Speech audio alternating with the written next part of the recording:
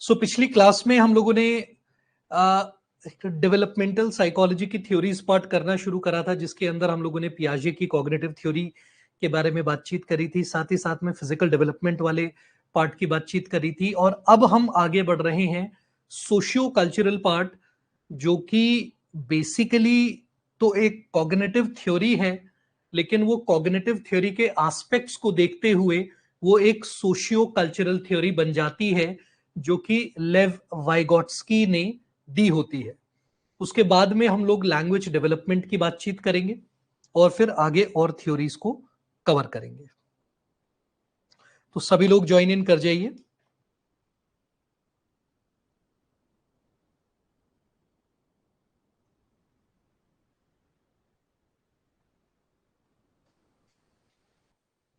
Good evening, सभी join कर जाइए।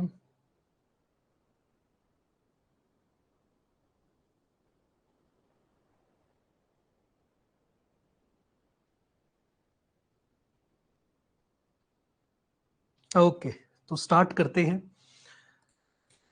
लेव वाइगोट्स्की।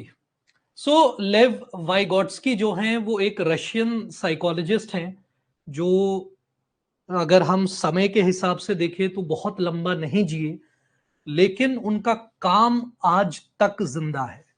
बहुत ही सुंदर और बहुत ही उम्दा काम इन्होंने किया है, जिसमें मेजर वर्क तो कॉग्निशन से संबंधित है कि बच्चों में कॉग्निटिव डेवलपमेंट कैसा होता है।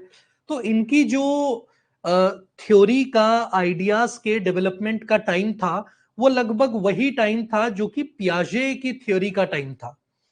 तो काफी सारे लेवल्स पे जब हम लेव वाइगोट्स्की का थ्योरी देखते हैं, तो हम लोग जो हैं उसको जॉन पियाजे की थ्योरी के साथ में कंपेयर करते हैं। लेव वाइगोट्स्की ने कॉग्निशन थ्योरी दिया, इस बात पर इंफ्लुएंस डालते हुए, इस बात पर दबाव बनाते हुए कि सोशल और लैंग्वेज, यानी कि सोशल कल्चरल लैंग्वेज, यानी कि एक व्यक्ति के बच्चे के आसपास का जो एनवायरनमेंट है वो बहुत ही इंपॉर्टेंट रोल प्ले करता है उसकी ओवरऑल कॉग्निटिव और लैंग्वेज डेवलपमेंट में। तो यानी कि लैंग्वेज, सोशल, कल्चरल और कॉग्निटिव, ये सारी की सारी चीजें एक दूसरे से जुड़ी हुई हैं। तो लेव वाइगोट्स्की ने कॉग्निटिव थ्योरी दी, जिसको हम लोग socio cultural theory of development के नाम से जानते हैं, प्लस लैंग्वेज डेवलपमेंट की थ्योरीज दी, जो कि हम लोग आगे देखेंगे। तो लेव वाइगोट्स्की, जॉन पियाजे दोनों ही बहुत ही इंपॉर्टेंट नाम हैं साइकोलॉजी के एंट्रेंस एग्जाम्स के एरियाज में। बहुत ही ज्यादा क्वेश्चंस आपको पियाजे से, वाइगोट्स्की से देखने को मिलते हैं। तो वाइगोट्स्की को पढ़ना शुरू करते हैं। तो वाइगोट्स्की बिलीव करते हैं कि जो बच्चों का कॉग्निटिव डेवलपमेंट है और उनका सोशल डेवलपमेंट है, दोनों एक दूसरे से जुड़े हुए हैं। कॉग्निटिव डेवलपमेंट के लिए सोशल सपोर्ट चाहिए और सोशल सपोर्ट के लिए भी कुछ कॉग्निटिव डेवलपमेंट चाहिए, तो दोनों एक दूसरे को प्रभावित करते हैं। He believed that individual development in all its dimensions is acquired through one's learning efforts। यानी कि वाइगोट्स्की जब बात करते हैं लर्निंग की, डेवलपमेंट की, तो वो क्या कहते हैं कि जो डेवलपमेंट है, चाहे वो डेवलपमेंट किसी भी तरीके का हो, development always precedes learning, always precedes development. तो पहले लर्निंग, यानी कि सोशल लर्निंग, कॉग्निटिव लर्निंग, किसी भी चीज की लर्निंग, लर्निंग होती है, हम किसी चीज को सीखते हैं, देखते हैं, समझते हैं, वो लर्निंग हमारे डेवलपमेंट का पार्ट बनती है, हमें डेवलप करती है।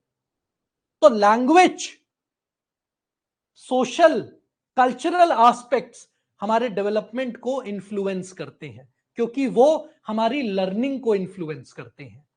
यानी कि लर्निंग को सोशल, कल्चरल, उसके बाद में लैंग्वेज और बहुत सारी चीजें, लैंग्वेज के लिए भी हम किस तरीके का इंस्ट्रक्टर हमारे पास में है, जिसने हमें बताया है हमारे एनवायरनमेंट में कितने ज्यादा स्टिमुलाइज हैं। तो हर एक चीज हमारी डेवलपमेंट को इन्फ्लुएंस करता है, क्योंकि वो सारी चीजें लर्निंग को इन्फ्लुएंस करती है। तो वाइगॉट्स्की लर्निंग पर बहुत इंपॉर्टेंट फोकस डालते हैं और कहते हैं कि लर्निंग पर जो चीजें अफेक्ट डालती हैं वही सारी चीजें डेवलपमेंट पर भी अफेक्ट डालती हैं। तो वाइगॉट्स्की कहते हैं कि हम सभी हर चीज दो लेवल्स पर सीखते हैं। पहला level social level, interpersonal level. तो पहले लेवल पे हम दूसरों से सीखते हैं, दूसरों के साथ सीखते हैं। दूसरा level individual level, intra level.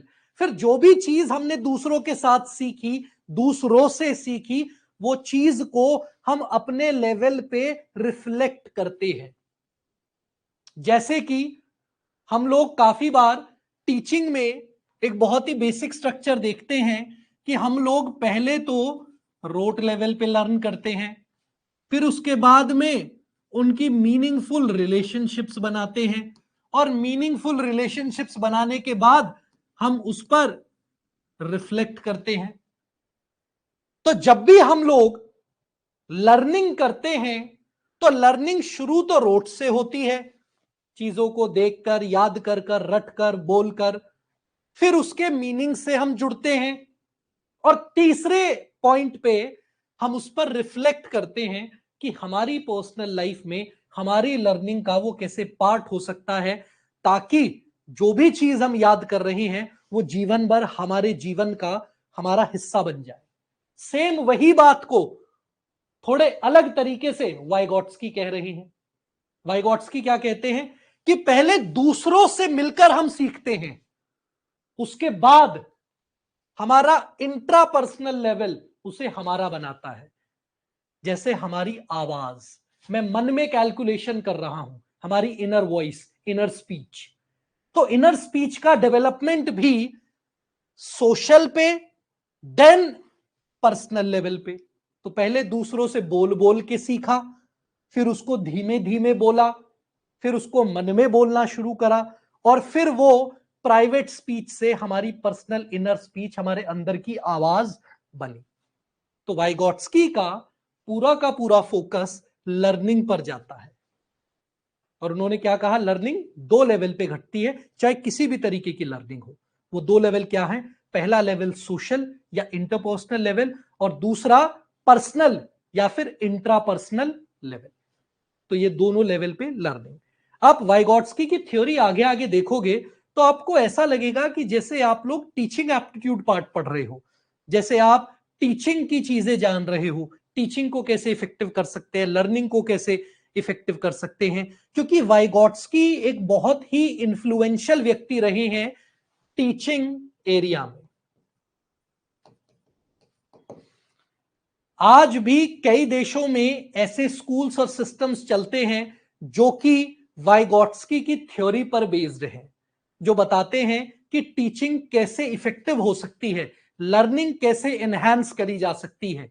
और कैसे लर्निंग एनहांस करी जा सकती है, जिसमें सबसे पहले तो यह समझ के कि लर्निंग सबसे पहले सोशल लेवल पर हो घटती है आपस में, और उसके बाद वो फिर हमारा पार्ट बनती है।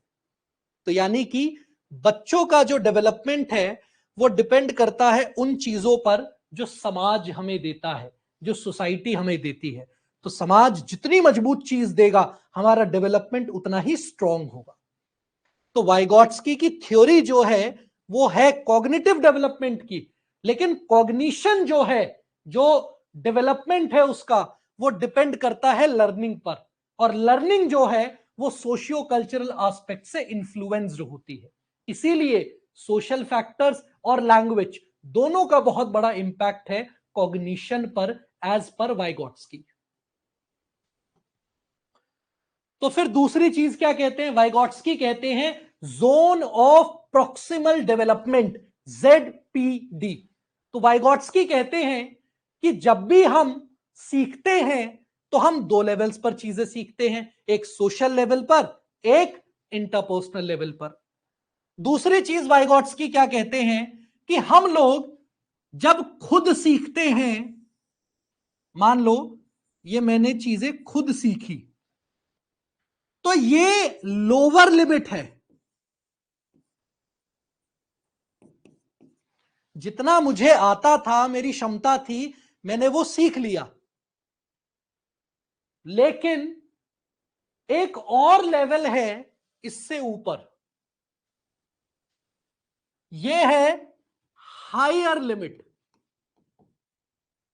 या फिर अपर लिमिट।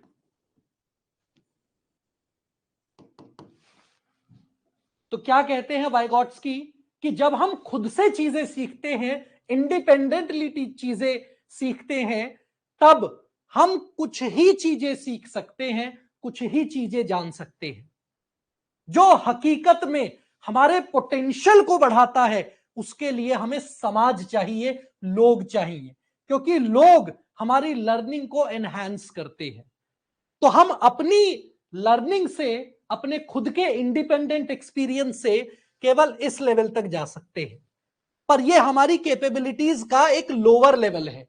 लेकिन जब कोई एक्सपीरियंस्ड व्यक्ति, जैसे हमारे टीचर्स, हमारे पेरेंट्स, जैसे हम लोगों के बैचलर्स के एक्सपीरियंसेस, मास्टर्स के एक्सपीरियंसेस, पीएचडी के एक्सपीरियंसेस, आपके टीचिंग के एक्सपीरियंसेस, यहां पे हम लोग दूसरों से मिले और दूसरों ने बताया कि इसके बाहर भी एक दुनिया है, और वो है हमारी अपर लिमिट, कि हमारी कैपेसिटी, हमारी कैपेबिलिटी का एक और बड़ा लेवल है, और उस लेवल तक जाने के लिए हमें एक्सपर्ट्स की, टीचर्स की, अदर्स की जरूरत है।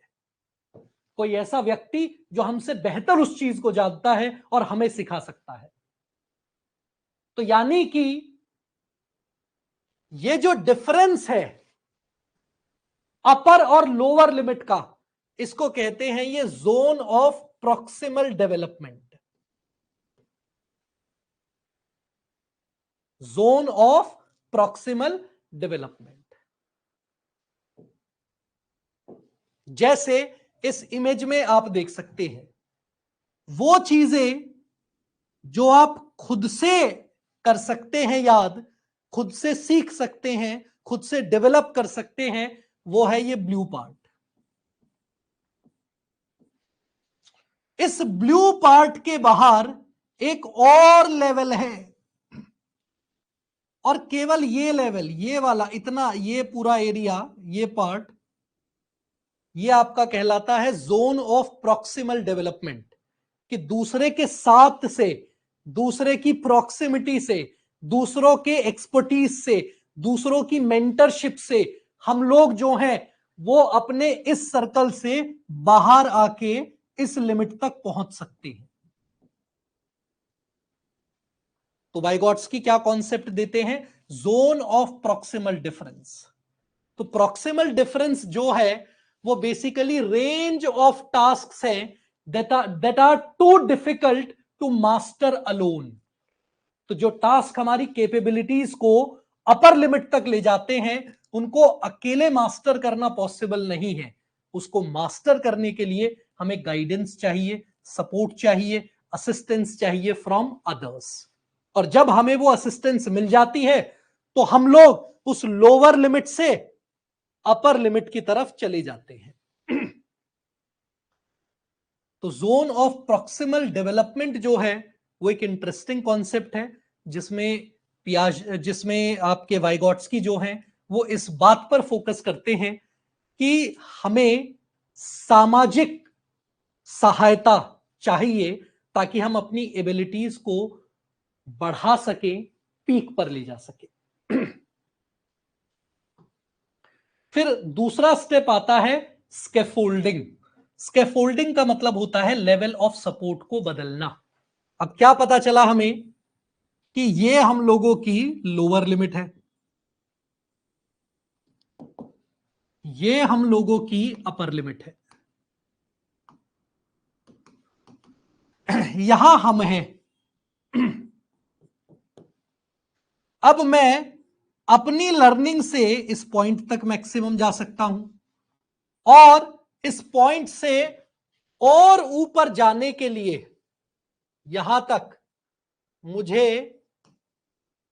अदर्स की जरूरत है, मुझे सोशल सपोर्ट की जरूरत है यहां से यहां जाने के लिए।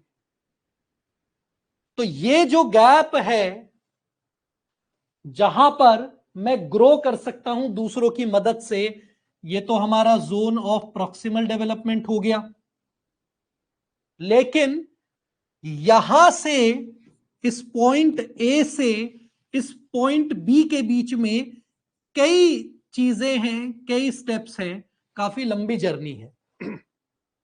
तो यानी कि इंस्ट्रक्टर को, जो भी व्यक्ति हमें सिखा रहा है, मेंटर को, उसे बहुत ज्यादा ध्यान रखने की जरूरत है कि मैं जिस लेवल पे हूं, स्टूडेंट, चाइल्ड जिस लेवल पे है, उस लेवल पर मुझे अपनी टीचिंग का स्टाइल बदलना पड़ेगा। तो जब मैं यहां पर हूं तो शायद मुझे डायरेक्ट लर्निंग चाहिए, जिसमें ज्यादा से ज्यादा मुझे चीजें बताना, समझाना।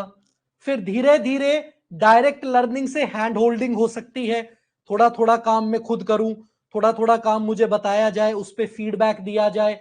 फिर अगले लेवल पे ऐसा हो सकता है कि थोड़ा काम व्यक्ति खुद करे, जो मेंटर है, फिर हमें दिखाएं कि कैसे करा जाता है, तो डेमोन्स्ट्रेट करके दिखा रहे हैं। एक टाइम के बाद में मेजॉरिटी ऑफ काम मैं करूं और सामने वाले व्यक्ति केवल सुपरविजन और सपोर्ट एक्सटेंड करें, ताकि मैं इंडिपेंडेंटली जब यहां पर पहुंचूं तो वो स्किल मेरा हिस्सा बन जाए। तो जब मेंटर, सोशल सपोर्ट अपना स्टाइल चेंज करता है ताकि वो हमारे लर्निंग लेवल से मैच कर सके, तो उसको हम कहते हैं स्कैफोल्डिंग, लेवल ऑफ सपोर्ट को बदलना। क्योंकि व्यक्ति जैसे जैसे लर्निंग में आता है, जैसे जैसे डेवलपमेंट होता है, सपोर्ट का लेवल बदलता जाता है। एक छोटे बच्चे को चलते हुए काफी सपोर्ट चाहिए, लेकिन जब बच्चा बड़ा हो जाता है तो उसे केवल ध्यान रखना चाहिए कि कहीं पैनी जगह पर, कहीं टेबल के किनारे पे कहीं चोट ना खा ले। जब बच्चा और बड़ा हो जाता है तो अलग तरीके का सपोर्ट चाहिए होता है। तो यानी कि सपोर्ट समाज से चाहिए, मगर हर लेवल ऑफ डेवलपमेंट पर सपोर्ट अलग होना चाहिए। और वो सपोर्ट कैसा होना चाहिए?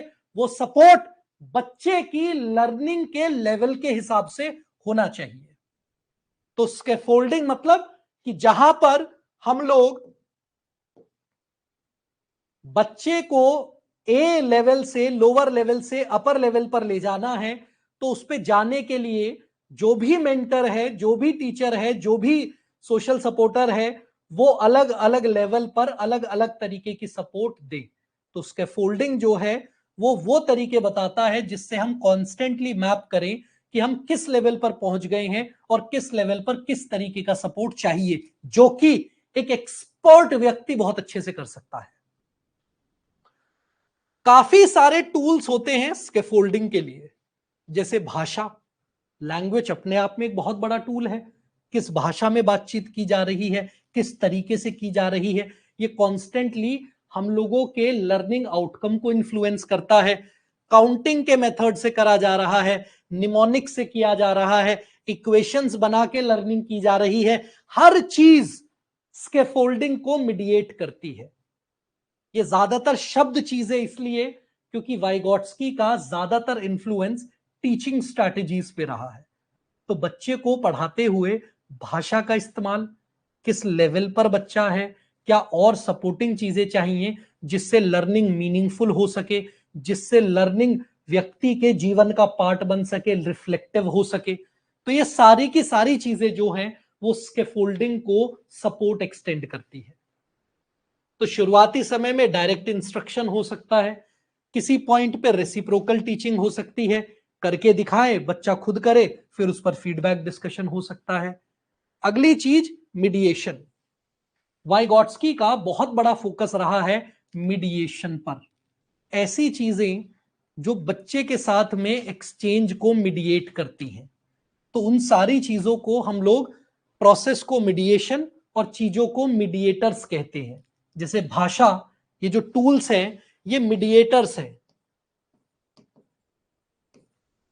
बिचौलिए ये हमारे और जो सोशल लर्निंग हमें मिलनी है उसके बीच में मीडिएट करते हैं।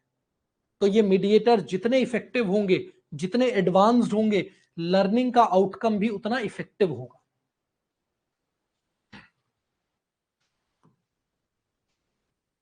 अगली चीज वाइगॉट्स्की ने लैंग्वेज और स्पीच डेवलपमेंट पे भी कुछ इंपॉर्टेंट काम किया हुआ है, जिसमें से सबसे पहले वो 3 स्पीच के तरीके बताते हैं। पहली स्पीच एक्सटर्नल स्पीच, जो लगभग जन्म से 3 साल की उम्र तक चलती है। एक्सटर्नल स्पीच का मतलब होता है कि इशारे से कहकर कुछ भी बताना, बोलना, पर कहना, बताना। तो इसके अंदर एक्सटर्नल बोलना बहुत इंपॉर्टेंट पार्ट है। इस एक्सटर्नल बोलने में शुरुआत में बच्चा रोता है, वो भी बताने का तरीका है। फिर बच्चा कू करता है, कू कू कू कू, जब थ्रोट के एंड से वो बस साउंड निकालता है। फिर बैबल करता है। तो इस तरीके से एक्सटर्नल स्पीच का यूज करके बच्चा कम्युनिकेट करता है। दूसरा, ईगोसेंट्रिक स्पीच। ईगोसेंट्रिक मतलब सेल्फ सेंट्रिक, जो कि 3 से 7 साल की उम्र में आती है। तो ईगोसेंट्रिक स्पीच में बच्चा सोशल एस्पेक्ट थिंकिंग का सीखता है, how to speak out loud. तो बच्चे को अगर काम कर दिया जाए, कुछ काम दे दिया जाए, तो बच्चा मान लो रजिस्टर है, तो पहले ये पेज पलटो, फिर ये वाला पेज पलटो, फिर ऐसे करो, फिर इसको ऐसे लगा दो, फिर। तो बच्चा ज्यादातर चीजें बोल बोल कर करता है। तो बोल बोलकर करने से बच्चा खुद को बोल रहा है, ताकि उस बोलने से वो खुद को गाइड कर सके। तो वो गाइडेंस के प्रोसेस में खुद ही से डायरेक्शन ले रहा है, खुद ही की लर्निंग को और मीनिंगफुल बना रहा है। तीसरी चीज, इनर स्पीच। इनर स्पीच जो है वो बच्चे जब बड़े होने लगते हैं, प्लस पूरी एडल्ट लाइफ तक चलता है। जब बच्चे, जो ईगोसेंट्रिक स्पीच में बच्चे बाहर मुंह से बोला करते थे, अब वो बच्चे वही बातें अंदर बोला करते हैं, मन में। जैसे मन में आपको प्रॉब्लम सॉल्व करनी है कि a² + b² = 42, b = 3, तो इसको सॉल्व करना है। तो बच्चा अब ये बोलने की बजाय कि b = 3, यानी कि b की जगह पे 3 का स्क्वायर, तो a² + 3 का स्क्वायर = 42। तो ये चीजें वर्बली आउट लाउड कहने की बजाय बच्चा दिमाग पे, मन में कह सकता है कि a² + b² = 42, b = 3, यानी कि b² = 9, तो a² = 42 - 9, a = रूट उसका। तो बच्चा ये अब बाहर बोलने की बजाय मन में बोल रहा है। तो इनर स्पीच का मतलब जब व्यक्ति बाहर बोलने की बजाय चीजों को मन में बोलता है। तो ये इनर स्पीच की जर्नी जो हमारे थिंकिंग के लिए बहुत इंपॉर्टेंट पार्ट है, उसकी जर्नी कहां से शुरू होती है? External speech. पहले बच्चा मुंह से बोलना शुरू करता है, बाहर कुछ भी। फिर धीरे धीरे बच्चा खुद से बोलना शुरू करता है, और फिर तीसरे में अंदर मन में बोलना शुरू करता है। तो लैंग्वेज डेवलपमेंट का ये 3 स्पीचेस बहुत इंपॉर्टेंट पार्ट है। फिर आगे जाके वाइगॉट्स्की 4 स्टेजेस बताते हैं, जिन 4 स्टेजेस में लैंग्वेज डेवलपमेंट होता है। सबसे पहला, ये स्टेजेस बहुत इंपॉर्टेंट है। 3 स्पीच के नाम जो हमने पिछले देखे थे, ये 3 स्पीचेस के नाम ये इंपॉर्टेंट है। ये 4 स्टेजेस ये इंपॉर्टेंट है। तो पहला हो गया आपका प्रिमिटिव स्टेज।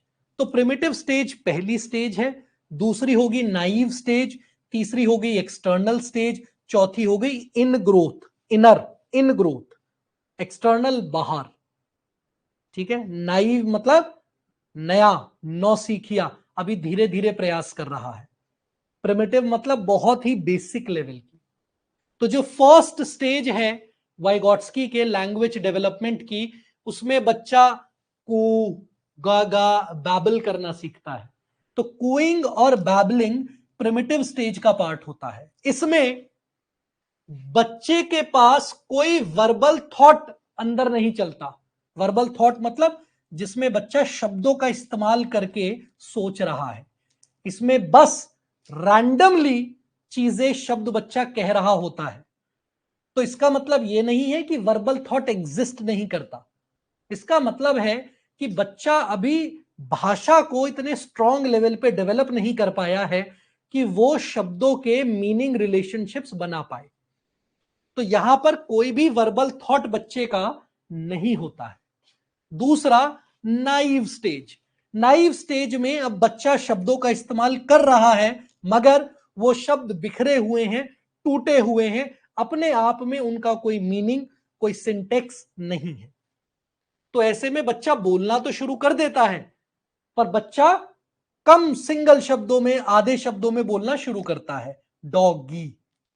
तो इस तरीके से बच्चा एक एक शब्द को इस्तेमाल करना शुरू कर देता है, छोटे छोटे टूटे हुए शब्दों को यूज करना शुरू कर देता है।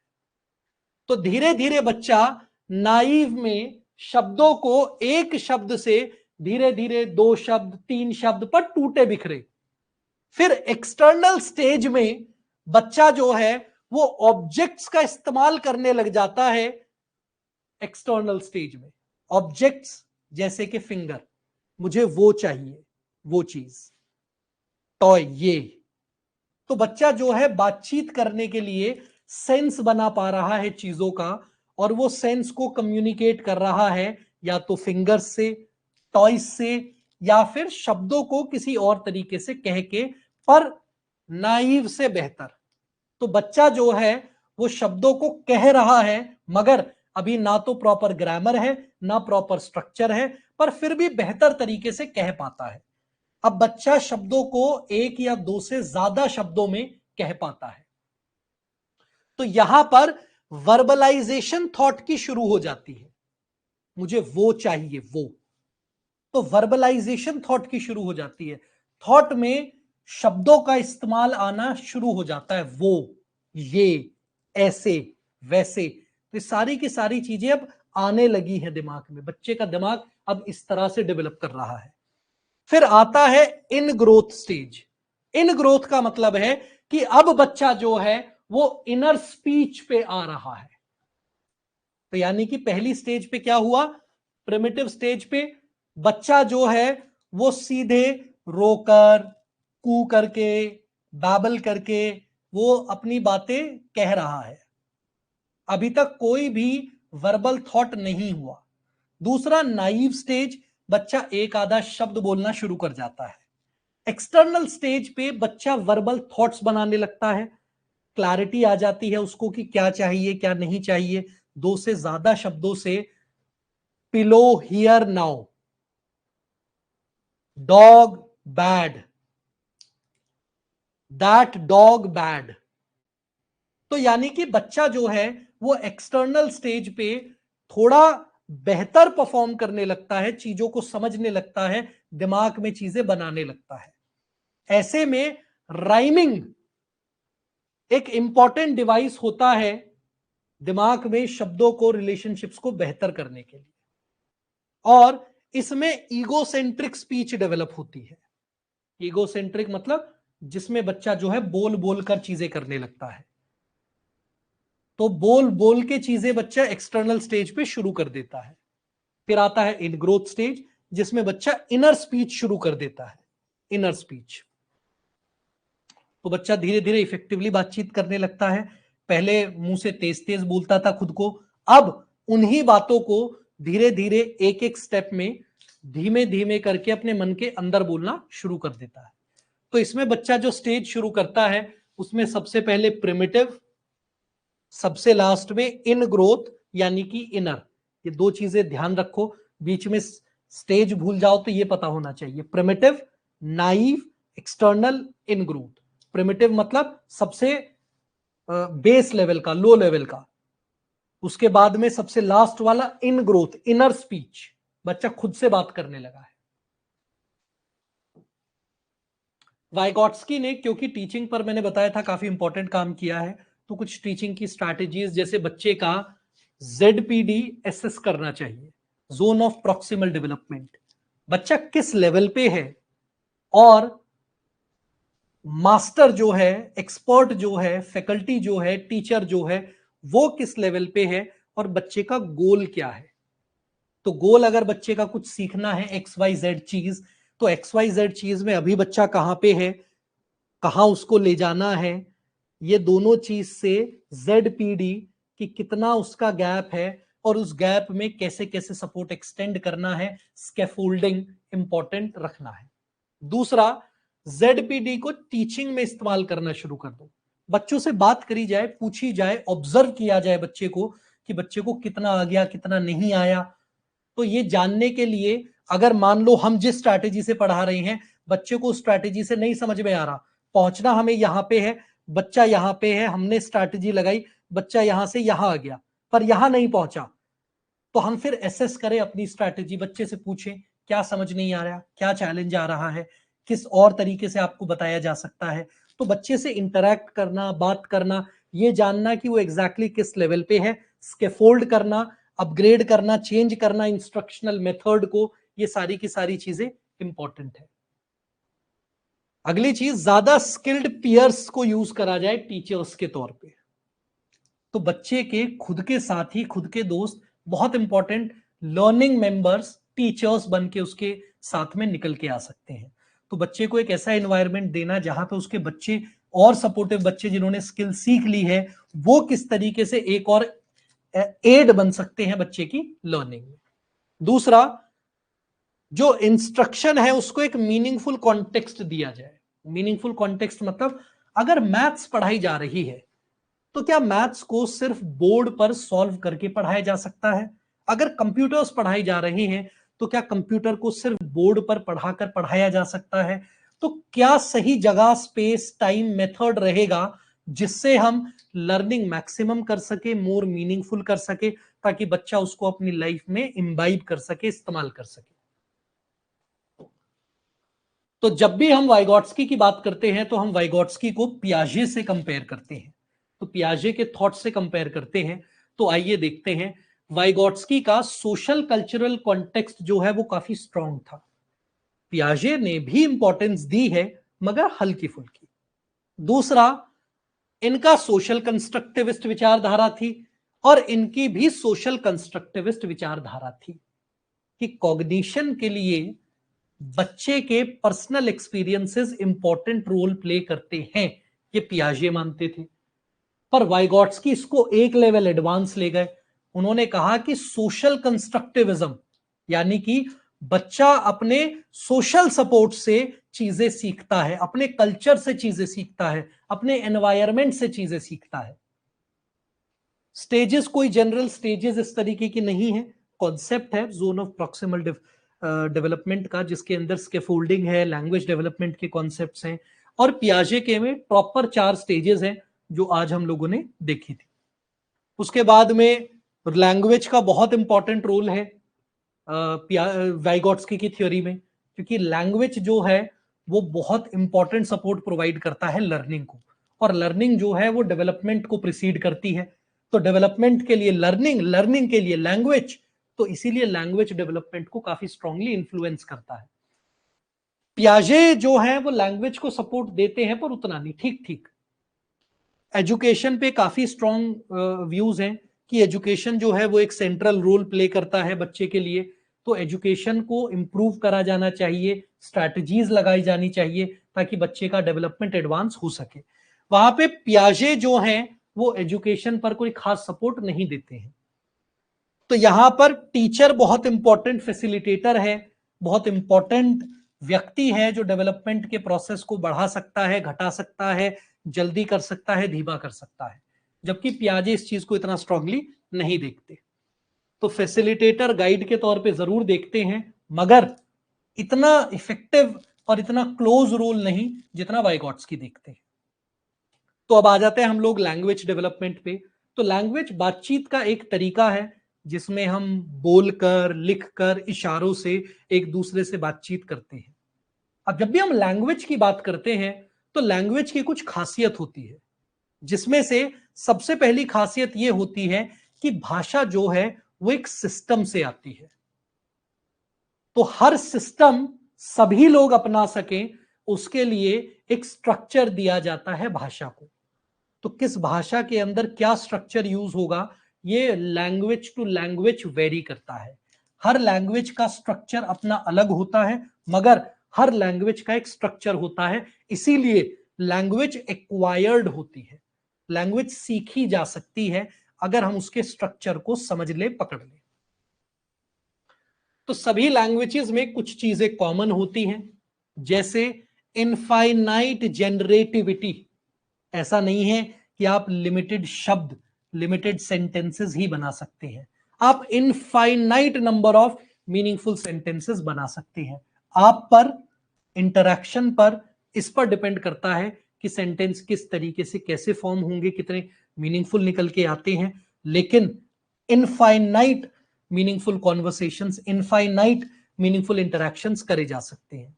दूसरा, ऑर्गेनाइज करने के कुछ रूल्स होते हैं।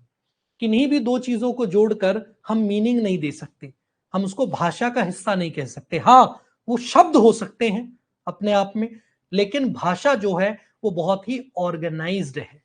तो भाषा की ऑर्गेनाइजेशन के लिए ये 5 चीजें, फोनोलॉजी, मोर्फोलॉजी, सिंटेक्स, सिमेंटिक्स और प्रेगमेटिक्स, ये बहुत इंपॉर्टेंट है। क्वेश्चंस में पूछे जाते हैं कौन कौन से लैंग्वेज एक्विजिशन के लिए इंपॉर्टेंट है, तो आपको नाम बताना होता है, चूज करना होता है, सीक्वेंस में ढूंढना होता है कौन कौन से हैं।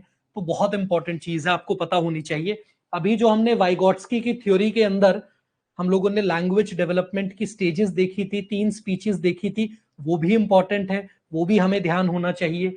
और दूसरा, लैंग्वेज के ये 5 कंपोनेंट्स पता होने चाहिए, phonology, morphology, syntax, semantics, pragmatics. ठीक है।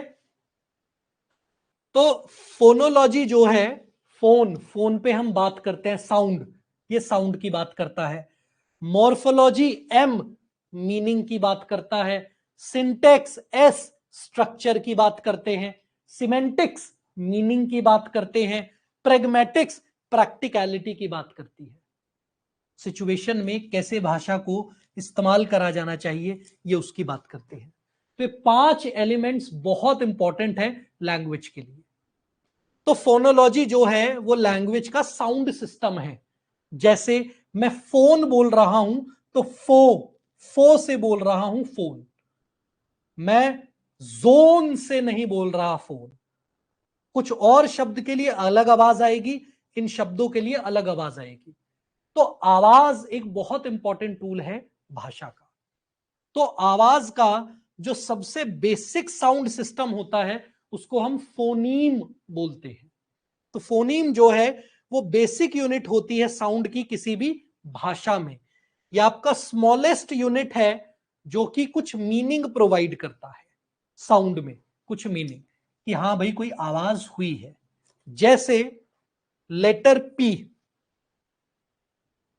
तो लेटर पी को बोला जा रहा है पी, लेकिन जब उसको इस्तेमाल किया जा रहा है पॉ, पॉट, स्पॉट, प फॉर पॉट, स से सपॉट।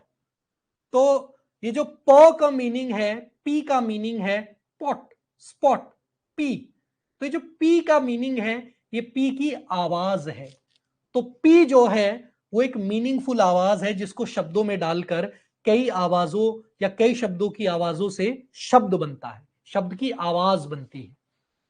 तो हर शब्द की आवाज का सबसे बेसिक साउंड जो बनता है उसको हम फोनीम कहते हैं। ऐसे ही मॉर्फोलॉजी जो है वो म से मीनिंग, तो मॉर्फोलॉजी सबसे बेसिक यूनिट होती है मीनिंग की। तो वो यूनिट जिसकी मीनिंग बनाई जा सकती है वो सबसे बेसिक कहलाता है आपका मॉर्फोलॉजी। तो मॉर्फोलॉजी में मॉर्फीम वो सबसे बेसिक यूनिट बनता है, जैसे फोनीम ऐसे ही मॉर्फीम जो है वो सबसे बेसिक यूनिट है मीनिंग की। तो इसको इससे ज्यादा लेस मीनिंगफुल चीज में नहीं तोड़ा जा सकता। तो ऐसे में जैसे प्री, शन, इंग, हेल्प, ऐसे सिंगल शब्द, ऐसी चीजें जो अपने आप में कुछ मीनिंग कन्वे करती है लैंग्वेज में, वो मॉर्फीम या मोर्फोलॉजी कहलाता है। अगली चीज सिंटेक्स। सिंटेक्स मतलब स्ट्रक्चर। स्ट्रक्चर होना बहुत जरूरी है ताकि उसका मीनिंग इफेक्टिव हो सके। जैसे कि जय वॉज हिट बाय रवि, तो क्योंकि मेरी भाषा में स्ट्रक्चर है तो मुझे इससे पता है कि किसने किसको क्या किया। जय ने रवि को हिट करा। जय ने रवि को क्या करा? हिट। किसको हिट करा? रवि को। किसने करा? जय ने। स्ट्रक्चर है तो स्ट्रक्चर को मैं मीनिंग बनाने के लिए तोड़ सकता हूं, समझने के लिए, और बेहतर समझ हमें मिलती है अगर सिंटेक्स प्रॉपर हो। दूसरा सिमेंटिक्स, मीनिंग। काफी बार सेंटेंस में स्ट्रक्चर हो सकता है बट कोई मीनिंग नहीं होगा, तो ऐसे में हमें मीनिंगफुल स्ट्रक्चर्स, मीनिंगफुल सिस्टम्स बनाने हैं। जैसे the bike talked the man into buying chips. अब स्ट्रक्चर है इसमें, फोनीम है, मॉर्फीम है, स्ट्रक्चर है, बट सिमेंटिक्स नहीं है, मीनिंग नहीं है। बाइक ने आदमी को चिप्स खरीदने में मतलब बोला, कहा, तो ऐसे में सेंटेंस में मीनिंग नहीं आ रहा। तो मीनिंग जो है वो सिंटेक्स के साथ, और सिंटेक्स होने के बावजूद भी हो सकता है कि मीनिंग ना हो। तो इंपॉर्टेंट है कि मीनिंग भी एक इंपॉर्टेंट एलिमेंट बने। अगली चीज है प्रैग्मेटिक्स, प्रैक्टिकलिटी, सिचुएशन बेस्ड चीजें। अगर आप टीचर से बात कर रहे हो तो कैसे बात करोगे, क्या शब्दों का इस्तेमाल कर सकते हो, कैसा मीनिंग बनना चाहिए, क्या सिंटैक्स हो सकता है। तो ये सारी की सारी चीजें सिचुएशन को देखते हुए कि आप किससे बात कर रहे हो, कहां कर रहे हो, कैसे कर रहे हो, ये सारी की सारी चीजें जुड़ी हुई हैं। तो भाषा के लिए 5 चीजें: फोनोलॉजी, ठीक है, मॉर्फोलॉजी, फिर उसके बाद में सिंटेक्स, सिमेंटिक्स, प्रैग्मेटिक्स, ये 5 चीजें। उसके बाद में भाषा को जब एक्वायर करा जाता है, एक्विजिशन होता है जब भाषा का, तो ये वाली चीज हम लोगों ने आपका थिंकिंग लैंग्वेज डेवलपमेंट वाले पार्ट में भी किया था। तो जो शुरुआत में बच्चा प्री टॉकिंग स्टेज में होता है, प्री टॉकिंग स्टेज मतलब बच्चा कू करता है, ऐसे शब्द बनते हैं जिनके कोई सेंस नहीं होती, बस एक आवाज है, तो ऐसा लगता है कि जैसे थ्रोट से बस कोई आवाज निकली है। तो ऐसा बच्चा 0 से 4 महीने 5 महीने के टाइम पे करता है। बैबलिंग स्टेज, जहां पर बच्चा बैबल करता है, बा बा डा डा, तो बैबल जो है वो बच्चा 6 से 8 महीने के टाइम पे करता है। होलोफ्रेस्टिक स्टेज, जिसमें बच्चा जो है वो 2 बैबलिंग शब्दों को मिला के कुछ मीनिंग बनाता है, ड ड मा मा, तो ये बच्चा 9 से 18 महीने के दौरान में करता है। 2 वर्ड स्टेज, जहां पे बच्चा 2 शब्दों को साथ में इस्तेमाल करने शुरू कर जाता है, dog run, good boy, Ram sit. Telegraphic stage का मतलब होता है जहां पे बच्चा शब्दों को बनाने लगा है, लेकिन जरूरी नहीं है कि शब्दों में प्रॉपर स्ट्रक्चर और प्रॉपर ग्रामर हो। तो टेलीग्राफिक स्टेज के अंदर शॉर्ट और प्रिसाइज शब्दों का इस्तेमाल किया जाता है जिनमें बहुत स्ट्रक्चर और ग्रामर नहीं होता, बट पहले से ज्यादा मीनिंगफुल होती है। फिर मल्टी वर्ड स्टेज, जहां पे बच्चा काफी सारे शब्द, ग्रामर, सिंटेक्स सब समझ जाता है, प्रैग्मेटिक समझता है, सिमेंटिक समझता है, सारी चीजें समझता है भाषा की। तो बच्चा जो है पहले रोना सीखता है, फिर कू करना सीखता है। काफी बार क्वेश्चन में पूछ लेते हैं कि अगर बच्चा 1 साल का है, 6 महीने का है, 3 महीने का है, तो वो सबसे पहले कैसे वोकलाइज करेगा चीजों को, कू, बैबल, टेलीग्राफी, किस तरीके से। तो कू, तो ये पता होना चाहिए, कू, कूइंग। 5 साल में, 5 महीने में लगभग बच्चा पहला शब्द बोलना शुरू करता है, फिर बैबल करना शुरू कर देता है, ब ब ड ड शब्द बनाना शुरू कर देता है।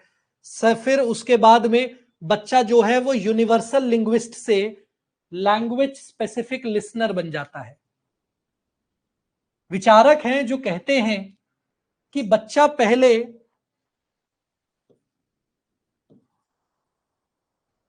यूनिवर्सल लेवल पे लैंग्वेज को समझता है, यानी कि बच्चा साउंड पर ध्यान देता है, लैंग्वेज पर नहीं। तो किसी भी भाषा में कोई भी आवाज चेंज होगी, कोई भी आवाज लगेगी, तो बच्चा उस पर ध्यान देगा। लेकिन जैसे जैसे बच्चा बड़ा होता है, बच्चा जो है वो यूनिवर्सल की बजाय स्पेसिफिक लैंग्वेज पे ध्यान देना शुरू कर देता है। अगर घर में हिंदी बोली जाती है तो वो हिंदी वाली चीज पर ज्यादा ध्यान देगा, इंग्लिश बोली जाती है तो इंग्लिश बोले वाली चीज पे, या हिंदी इंग्लिश वाली चीजों पर। कोई फ्रेंच में कुछ बैकग्राउंड में बोल रहा हो तो उस पर इतना ध्यान नहीं जाएगा।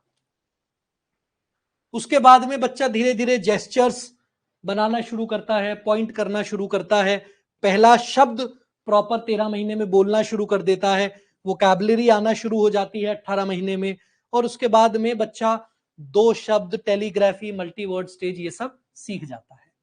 तो लैंग्वेज की भी एक बड़ी इंपॉर्टेंट जर्नी है डेवलपमेंट में।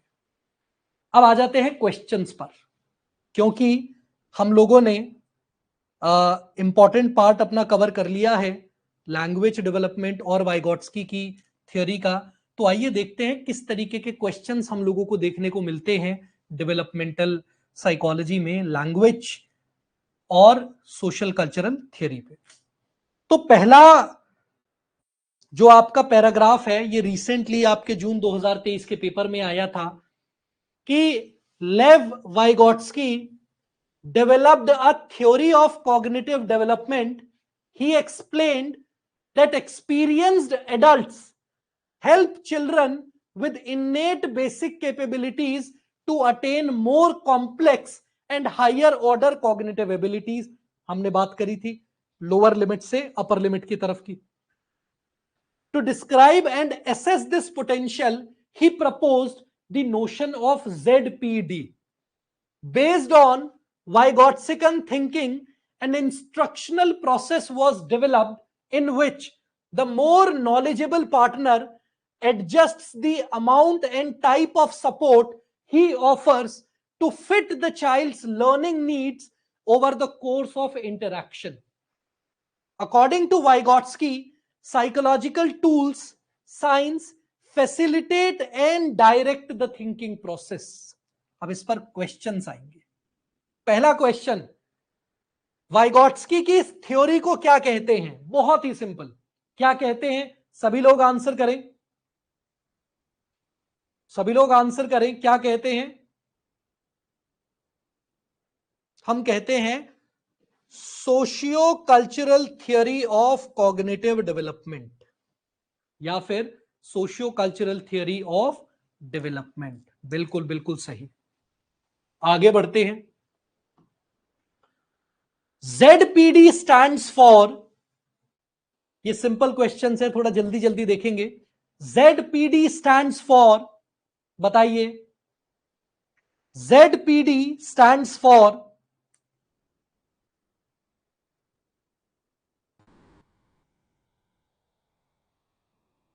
बताइए।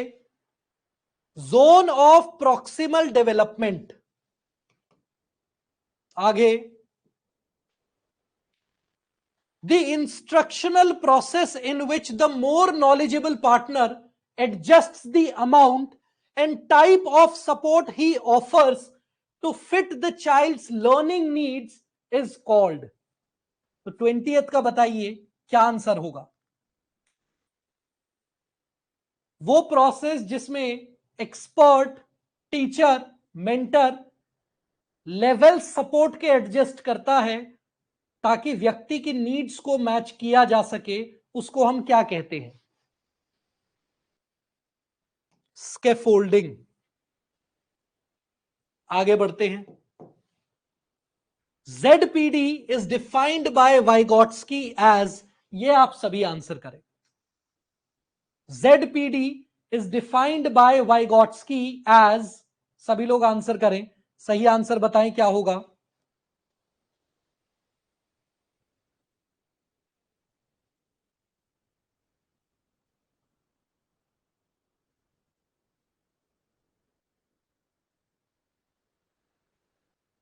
region of sensitivity for learning characterized by difference between the developmental level when the child is working alone and the level he or she is capable of reaching with the aid of adult. बिल्कुल ठीक कह रहे हैं, यही होना चाहिए. बाकी देखते हैं. Reason of difference between inability to use, ये तो होगा ही नहीं. Reason of learning where a child has learned from experience, ये भी नहीं. The reason of ability to fit into change and choose, ये भी नहीं. सभी ने बिल्कुल ठीक जवाब दिया है, ए. ठीक है, आगे बढ़ते हैं, क्वेश्चंस को सॉल्व करते हैं. Psychological tools and signs such as language, counting, mnemonics, algebraic symbols, art, writing that facilitates and direct thinking process are called as, सभी बताएं क्या होगा.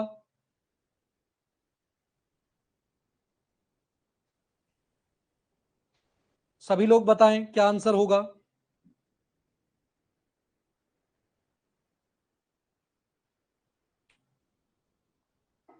बिल्कुल ठीक, मीडिएटर्स. क्योंकि मीडिएशन बहुत इंपॉर्टेंट प्रोसेस जो है वो बताया था वाइगॉट्स्की ने. तो मीडिएशन करने वाले टूल्स मीडिएटर्स. इस क्वेश्चन पे आइए. Which of the following are the elements of language acquisition process. Language acquisition process के क्या एलिमेंट्स हैं. आंसर दीजिए. इन ऑप्शंस में से आपको चूज करना है.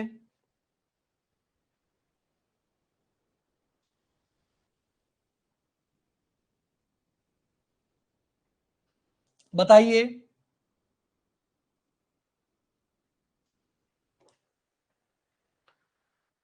फोनीम्स भी हैं, फोनोलॉजी. मॉर्फीम्स भी हैं, मॉर्फोलॉजी.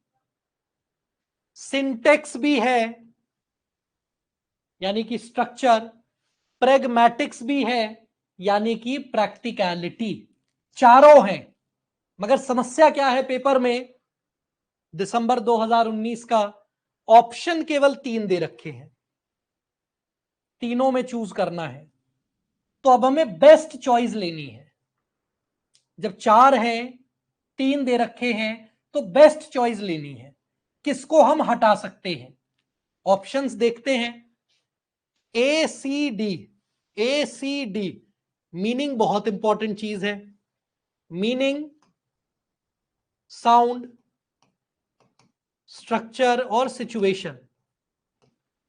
साउंड, मीनिंग और स्ट्रक्चर बहुत इंपॉर्टेंट चीज है. सबसे पहले वो. तो यानी कि अगर 3 ही ऑप्शन है और ऐसी सिचुएशन में फंस जाएं, तो पहले सबसे टॉप से शुरू करो. तो सबसे बेस्ट आंसर्स में पहले 3, फोनीम्स, मॉर्फीम्स, सिंटेक्स, ये तीनों को चूज कर लीजिए. ए बी सी, यानी कि सी. ऑल ऑफ द अबव होता तो ऑल ऑफ द अबव को चूज करते हैं. आगे बढ़ते हैं. Which is the correct sequence of speech and language development according to Vygotsky? बताइए, वाइगॉट्स्की के हिसाब से लैंग्वेज डेवलपमेंट की सीक्वेंस क्या होगी. सभी लोग आंसर करें, क्योंकि यह हम लोगों ने अभी अभी करा है. तो बताइए क्या सीक्वेंस होना चाहिए लैंग्वेज का, लैंग्वेज डेवलपमेंट का. सभी बताएं क्या होना चाहिए. इज इट ए, बी, सी और डी. जैसा हम लोगों ने सुबह बात करी थी, इट्स वेरी इंपॉर्टेंट कि हम पहले एलिमिनेट करें. तो सभी लोग सॉल्व करें एक बार, फिर हम आगे बढ़ते हैं. सभी लोग आंसर्स मेंशन करते रहे अपने. तो क्या होगी करेक्ट सीक्वेंस. हमको पता है सबसे पहला प्रिमिटिव. प्रिमिटिव मतलब सबसे लो लेवल, सबसे बेसिक, ये सबसे पहले होगा. और last inside, inner voice, in growth, ये सबसे लास्ट होगा. इन दोनों को एक बार मैच करके आंसर ढूंढते हैं। पहले देखो किस किस में बी पहला है, बी इसमें है, इसमें नहीं है, इसमें नहीं है। 4 किस में लास्ट में है, इसमें नहीं है, इसमें है। बस दो पता होने से हम आंसर पर पहुंच जाते हैं। B A C D, B A C D, primitive, naive, फिर egocentric and then inner speech in group. ठीक है, बिल्कुल सही जवाब दिया सभी ने। आगे बढ़ते हैं। विच of the following indicates aspects of language development. Language development को इनमें से कौन कौन से एस्पेक्ट्स इंडिकेट करते हैं, बताइए क्या आंसर होगा। 25th का आंसर दीजिए। प्रेग्मेटिक्स, सिंटेक्स, इम्प्रिंटिंग या सिमेंटिक्स।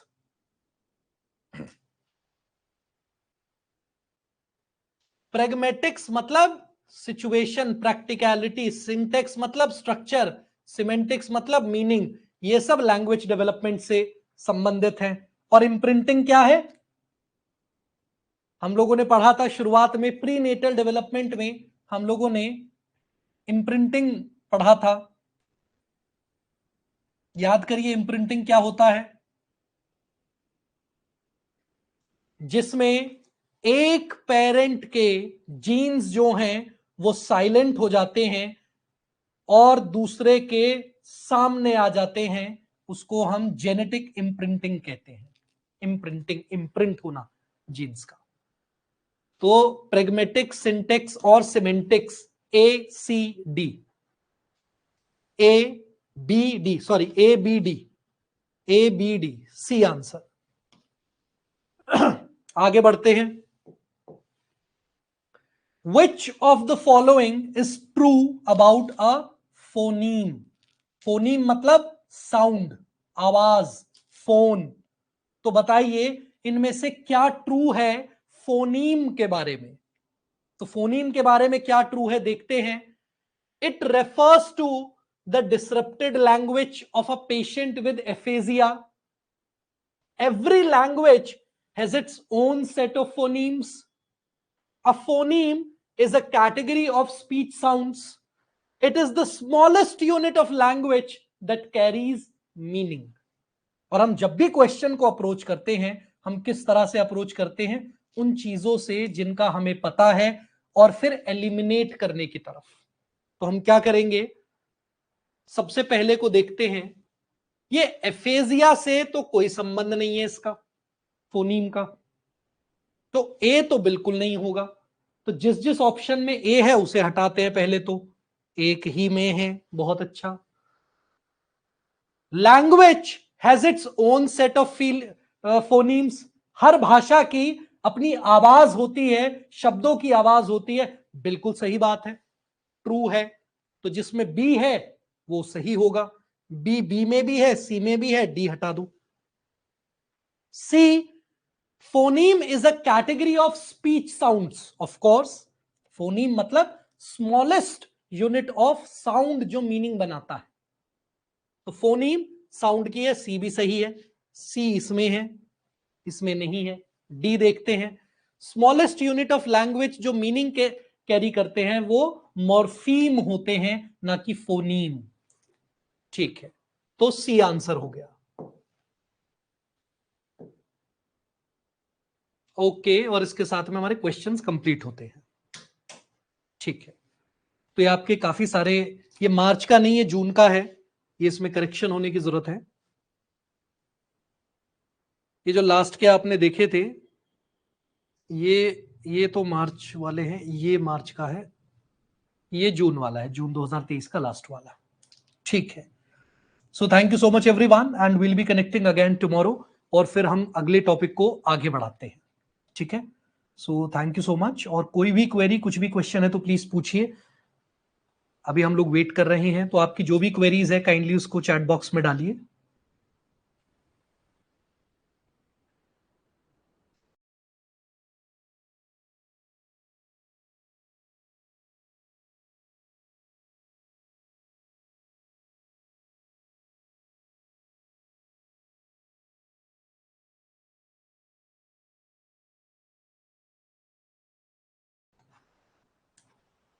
ठीक है, तो कोई क्वेरी नहीं है। Thank you so much everyone, और फिर कल आप लोगों से कनेक्ट करते हैं। जी, मैं कर देता हूं, मैं अपलोड कर देता हूं पीपीटी आप लोगों की।